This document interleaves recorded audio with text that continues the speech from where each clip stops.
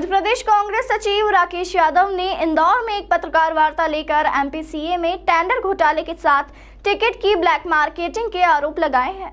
यादव का आरोप है कि करोड़ों के टिकट की कालाबाजारी में एमपीसीए के सीईओ रोहित पंडित एवं एमपीसीए के सदस्य प्रसून करमड़ीकर इस षड्यंत्र में शामिल है। वहीं केंद्रीय मंत्री सिंधिया की भूमिका भी संदिग्ध बताई गई है। राकेश यादव ने कहा कि एमपीसीए के सूत्रों के अनुसार 4 अक्टूबर को आयोजित भारत वर्सेस दक्षिण अफ्रीका के T20 मैच में टिकटों की कालाबाजारी का असली खेल 3 व्यक्तियों ने मिलकर खेला है।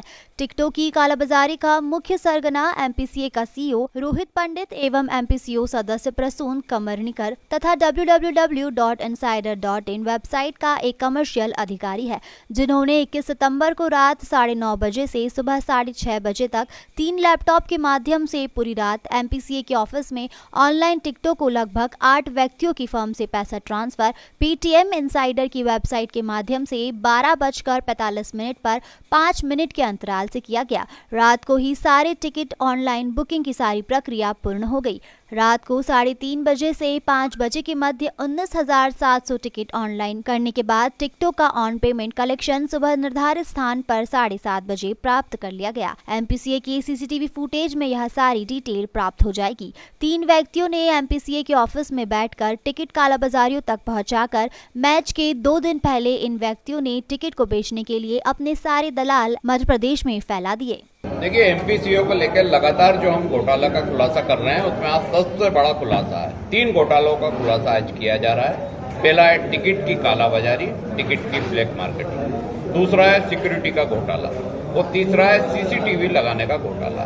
सिक्योरिटी और सीसीटीवी घोटाले में कोई टेंडर नहीं किए गए, बिना टेंडर काम दिया गया। पहला घोटाला जो टिकट का घोटाला हुआ है, जिसमें ब्लैक मार्केटिंग ऑनलाइन टिकटों की की गई है, जिसमें एमपीसीए का सीईओ रोहित पंडित और एमपीसीए का सदस्य प्रसून करमड़ीकर, ये दोनों पूर्ण रूप से शामिल हैं।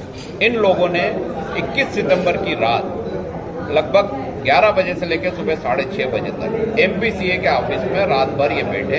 एमपीसीए का ऑफिस चालू रहा और इन तीनों लोगों ने, तीसरा व्यक्ति जो था वो पेटीएम इनसाइडर का एक अधिकारी था, वो भी वहां मौजूद था।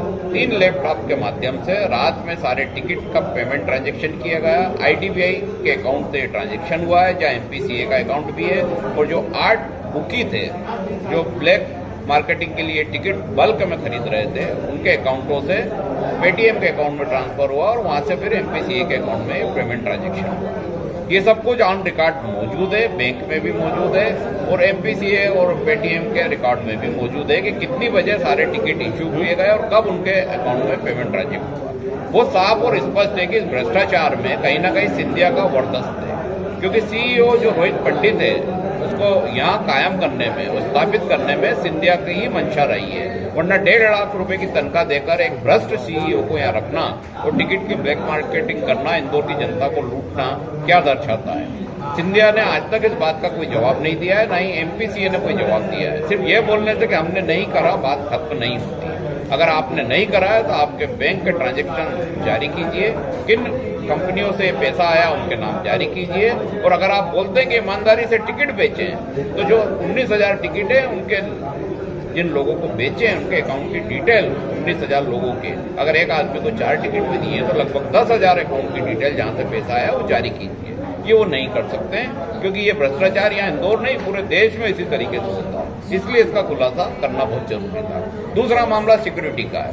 सिक्योरिटी में आपने देखा होगा कि रोड सेफ्टी मैच अभी कुछ दिन पूर्व हुआ था, उसमें बॉम्बे की सिक्योरिटी थी। सिक्योरिटी की एजेंसी जो थी वो सलमान खान के जो शेरा हैं उनकी सिक्योरिटी एजेंसी।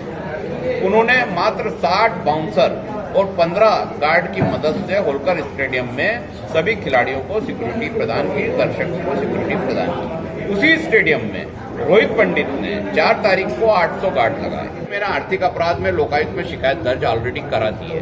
आज मैंने प्रधानमंत्री जी को पत्र लिखा है, मुख्यमंत्री को लिखा, शिकायतों की जानकारी दी है कि यहाँ की एजेंसियों में इतना दम नहीं है कि ज्योतिरादित्य सिंधिया के खिलाफ कार्रवाई कर सकें, या उनके जो शागिर्द हैं रोहित पंडित और अन्य जो लोग हैं उनके खिलाफ कार्रवाई कर सकें। अगर प्रधानमंत्री जी ये बोलते हैं कि ईमानदार सरकार हम देश में दे रहे हैं, ईमानदारी से देश चला रहे हैं, तो आज उनके लिए परीक्षा का विषय है कि वो हमारे सबूतों सहित इस पर कार्रवाई करें, जांच करें। अगर दोषी नहीं है तो हम स्वागत करेंगे और दोषी है तो जेल में पहुंचाएं।